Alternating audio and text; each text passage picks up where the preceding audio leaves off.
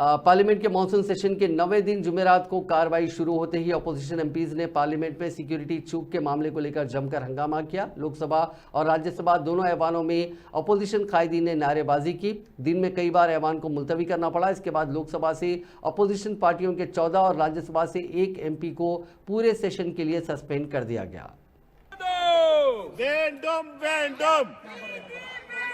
வேண்டும் வேண்டும் நீதி வேண்டும் வேண்டும் வேண்டும் நீதி வேண்டும் வேண்டும் வேண்டும் நீதி வேண்டும் வேண்டும் வேண்டும் நீதி வேண்டும் பாதுகாப்பு வேண்டும் வேண்டும் வேண்டும் வேண்டும் நீதி வேண்டும் வேண்டும் வேண்டும் நீதி வேண்டும் வேண்டும் வேண்டும் நீதி வேண்டும் நீதி வேண்டும் நீதி வேண்டும் நீதி